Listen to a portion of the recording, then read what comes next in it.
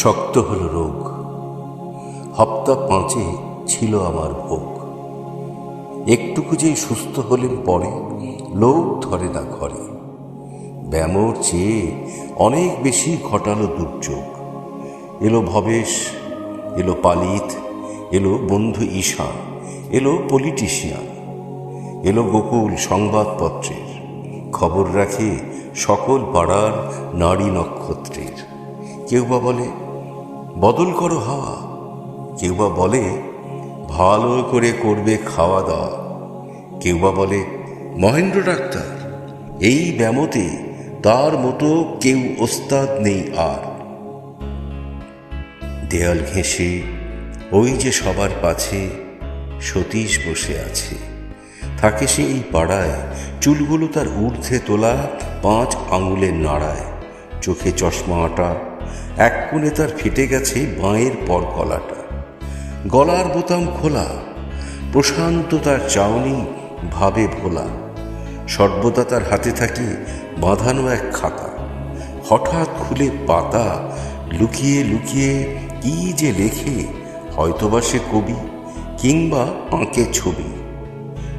নবীন আমায় শোনায় কানে কানে, ওই ছেলেটার গোপন খবর নিশ্চিত সেই জানে, যাকে বলে স্পাই, সন্দেহ তার নাই। আমি বলি হবেও বা, ভক্তি নম্র নিরীহ ওই মুখে খাতার কোণে রিপোর্ট করার খোরাক নিচ্ছে টুকে। ও মানুষটা সত্যি যদি তেমনি হেয় হয়, ঘৃণা করব, কেন করব ভয়। এই বছরে বছরখানেক বেড়িয়ে নিলেন পাঞ্জাবে কাশ্মীরে। এলেন যখন ফিরে, এলো গণেশ, পল্টু এলো, এলো নবীন পাল, এলো মাখন লাল। হাতে একটা মোড়ক নিয়ে প্রণাম করলে পাঁচু, মুখটা কাঁচু মাচু। মনিক কোথায়? শুধাই আমি তারে। সতীশ কোথায় হাঁড়ে? নবীন বললে খবর পাননি তবে? দিন 15 হবে, উপোস করে মারা গেল সোনার টুকরো ছেলে। নন ভায়োলেন্স প্রচার করে গেল যখন আলিপুরের জেলে।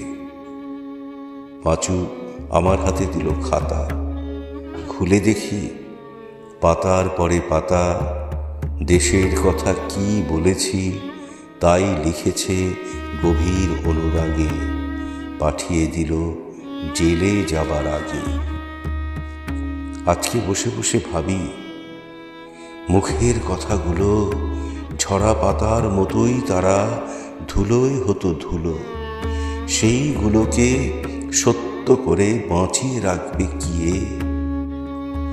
মৃত্যু সুধার নিত্য